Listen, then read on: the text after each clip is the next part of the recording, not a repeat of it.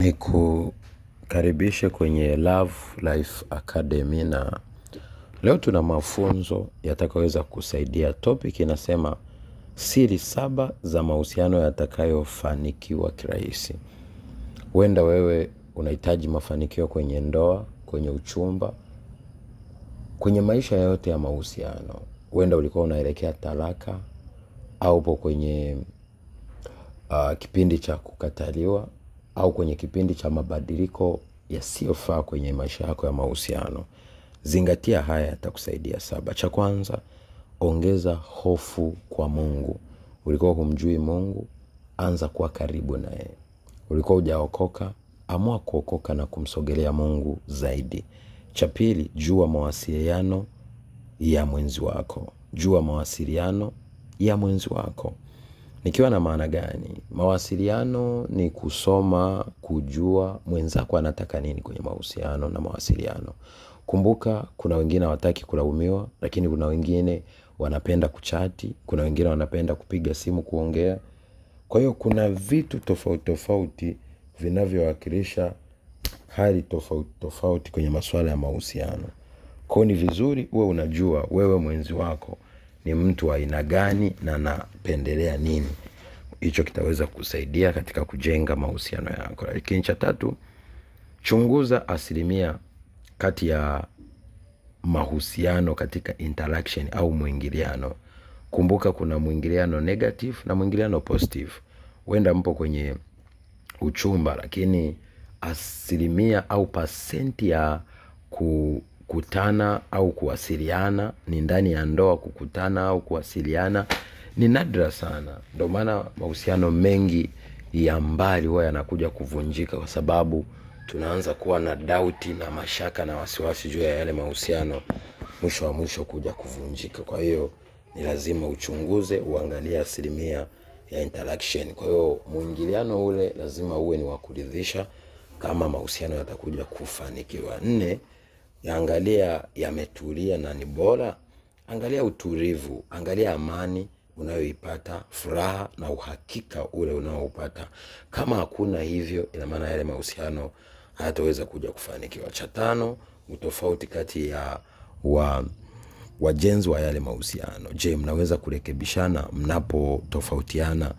Ni kwenye uchumba, ni kwenye ndoa, mnaweza kuzungumza? Kama muda wa kuzungumza au kutatua migogoro au kuongea na kuelewana hakupo, ina maana hayo mahusiano ni asilimia ndogo sana kufika popote, iwe ni uchumba au ni ndoa. Lakini kama ule utofauti mnaweza kuongea na mkausawazisha na mkarekebishana bila ugomvi, bila kuchukiana, bila kulaumiana, ina maana mtaweza kufika. Furaha, amani, maelewano vikitangulia kwenye marekebishano, mtashinda. Lakini ikileta hali ya kuanza kubishana, kutafuta mshindi, jua mnaelekea pabaya. 6, mnatumia mbinu tofauti zisizofanana lakini mnakubaliana. Nikiwa na maana gani? Hakuna mwanadamu atakayefanana na mwenzake. Kumbuka mwanamke na mwanaume hata siku moja hawawezi wakawa na tabia sawa, hawawezi wakawa sawa. Kwa utofauti lazima uwepo, yani utofauti wa kimaumbile, hata utofauti wa fikra na maamuzi. Kwa hiyo usije ukalazimisha mwenzi wako au mchumba wako kuwa kama wewe. Unachotakiwa ni kuelewana na kukubaliana.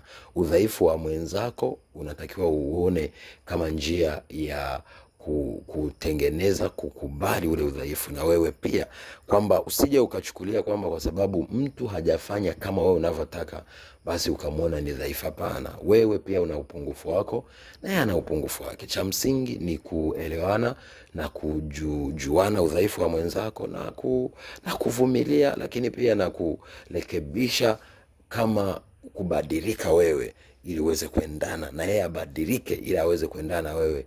Na hapo ndipo mtaweza kuelewana, kwa sababu hakuna siku mtafanana mwanaume na mwanamke kwamba nyote muwaze sawa, mfikiri sawa. Hicho kitu hakuna.